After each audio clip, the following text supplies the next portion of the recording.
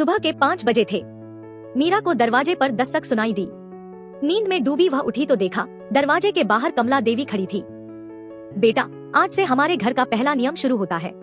मीरा ने जल्दी से पल्लू सिर पर रखा। जी मम्मी जी, कमला देवी ने गंभीर स्वर में कहा। पहला नियम, घर की पहली पूजा तुम्हें करनी होगी और तब तक किसी को चाय या नाश्ता नहीं मिलेगा। अगर पूजा में देर हुई तो पूरे दिन सब व्रत रखेंगे। मीरा चौंक गई। मम्मी जी, पूजा तो मैं कर लूंगी, लेकिन समय? बिल्कुल 5:30 बजे। मीरा ने जल्दी जल्दी नहा धोकर पूजा की तैयारी शुरू की। लेकिन जैसे ही आरती खत्म हुई, ननद ऋतु ने हंसते हुए कहा, पहला टेस्ट तो पास हो गया, देखते हैं बाकी में क्या करती है हमारी भाभी। नाश्ते के बाद कमला देवी ने दूसरा नियम बताया।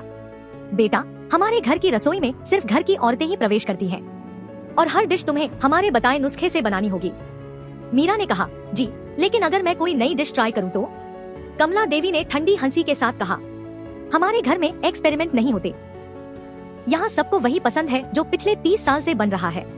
मीरा चुप रह गई, लेकिन उसे लगा जैसे ये सिर्फ खाना बनाने का नियम नहीं, बल्कि उसकी सोच को भी किसी ढांचे में ढालने की कोशिश है। शाम को ऋतु ने मीरा के पास आकर कान में कहा, तीसरा नियम जानना है? घर में जोर से बोलना मना है, चाहे खुशी हो, गुस्सा हो या दुख, बस धीमी आवाज में बात करना। मीरा ने सोचा, अरे तो क्या हंसना भी मना है? ऋतु ने मानो उसके मन की बात सुन ली। हाँ, जोर से हंसना तो बिल्कुल नहीं। संदेह की परत दिन बीतते गए।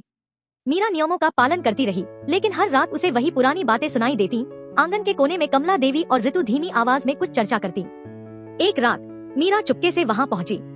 उसे सुनाई दिया, हमें देखना है ये लड़की कब तक निभा पाती है। अगर एक भी नियम तोड़ा तो फिर।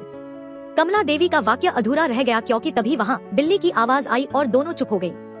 मीरा का दिल अब और बेचैन हो गया। अगर एक भी नियम तोड़ा तो फिर क्या? ये सवाल उसके दिमाग में घर कर गया। पहला उल्लंघन।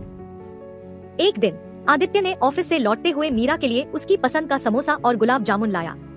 मीरा खुश होकर रसोई में रख ही रही थी कि ऋतु आ गई। भाभी, ये तो एक्सपेरिमेंट हो गया। हमारे घर में मीठा पूजा के दिन ही बनता है। मीरा ने धीरे से कहा, ये तो आदित्य लाए हैं। ऋतु मुस्कुराकर बोली, नियम तो नियम है। रात को मीरा ने सोचा कि क्या उसने सच में गलती की, लेकिन आदित्य ने हंसते हुए कहा, तुम्हारे चेहरे की मुस्कान मेरे लिए किसी भी नियम से ज्यादा जरूरी है। ये सुनकर मीरा को थोड़ी राहत मिली, लेकिन मन के भीतर एक डर बैठ चुका था कि अगर उसकी सास को ये बात पता चली तो क्या होगा। अगले दिन कमला देवी ने चौथा नियम बताया।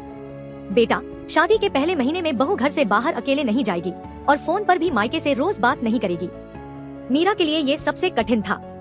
वह अपनी मम्मी को बहुत मिस कर रही थी, लेकिन नियम के डर से वह सिर्फ हफ्ते में एक बार बात करती। एक रात मीरा नींद में थी, तभी उसे लगा जैसे आंगन में कोई है। वह चुपचाप खिड़की से झांकी। कमला देवी और एक अनजान औरत धीमी आवाज में बात कर रही थी। उस अनजान औरत ने कहा,